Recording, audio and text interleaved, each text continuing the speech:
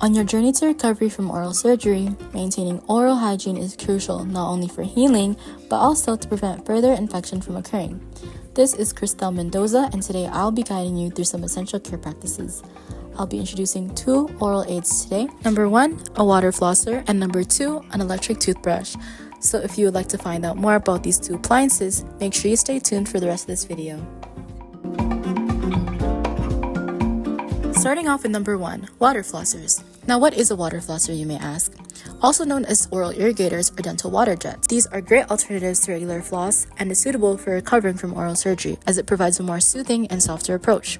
They produce a pulsating stream of fluid that runs through the gums to remove food debris stuck in between the teeth. In addition, they also remove any bacteria or plaque to further provide a deeper cleaning on the periodontal pockets in places that a toothbrush or regular rinsing would not be able to reach. The next question is, how do you use a water flosser? There are 2 models of water flossers, either a cordless or a countertop. But in today's video, I'll be demonstrating how to use the countertop model. And as you can see, step number 1 was to fill up the reservoir with water and set it on the base. The next thing you want to do is to click the tip firmly into the handle. For first time use, put the pressure to the highest setting and angle the nozzle downwards into the sink so you can prime the pump out. Now we may begin with flossing. Before starting anything, you want to make sure that you're positioned so that you are leaned over into the sink in order to prevent splashing. Now for this next step, this is where common mistakes are often made. Remember to always stay mindful of how you place the nozzle in your mouth. Make sure that it's always horizontal and never downwards or in any other angle, as improper angling can lead to improper cleaning of the teeth. Now that we know that our nozzle should be placed at 90 degrees at all times, we're ready to turn on the unit. Now, when recovering from an oral surgery, it is best to keep the pressure at the lowest setting so that it's gentle on the gums. In addition, applying too much pressure is one very major error because people often mistake this for a better cleaning.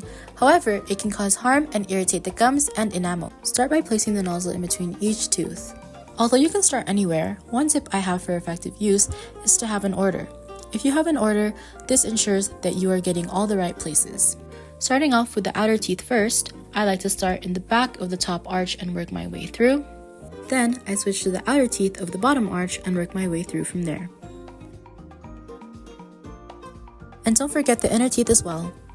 After flossing the outer teeth, I like to work my way through the inner teeth.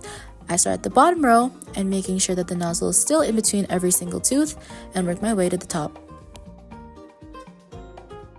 Now time for maintenance and cleaning.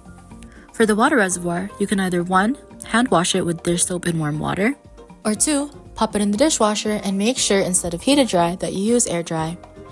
If not cleaned properly, water flossers do create an environment where bacteria and molds can grow over time. So, these are important steps to maintain a clean and longer lasting water flosser. As for the internal parts, don't forget to wash the water valve as well for around 30 to 45 seconds under the sink. Lastly, the tip and handle can be cleaned with the respected amounts of white vinegar and water. And to reinforce good oral hygiene, remember to replace your water flosser every 3 to 6 months, as the tips can be affected by mineral deposits. Now moving on to number 2, the electric toothbrush. Did you know that using an electric toothbrush could clean your teeth twice as much as a regular brush? This is due to the rotating or side-to-side vibrations of the electric toothbrush. It's known to reduce plaque by 10 to 20% and gingivitis by 10% in comparison to manual brushes. Rechargeable toothbrushes often come with different features such as modes, speeds, battery indicators, and apps that connect with the toothbrush via Bluetooth, including timers, pressure sensors, and frequency dashboards. To begin, take a pea-sized amount of toothpaste and angle the toothbrush at 45 degrees. Placement is very crucial when recovering from an oral surgery, and make sure that the bristles are touching the sulcus of the gums just gently, at least just 1 or 2 rows. Make back and forth motions and swipe up or down in each area. Allow the toothbrush to linger over the teeth and make sure that you are scrubbing very gently as this is an electric toothbrush. Do about 10 to 15 strokes in both outer and inner surfaces of your teeth and continue for a minimum of 2 minutes. For the front surfaces and the biting surfaces of your teeth, just scrub in an in and out motion. In order to keep your brush lasting long and clean, give the whole body a rinse with warm to hot water to remove excess toothpaste and give it a wipe with a cloth or tissue to remove any visible debris. As for brush heads, replace every 3 months because the bristles can wear out, and remove the brush head and rinse as toothpaste debris can build up in those little spaces as well.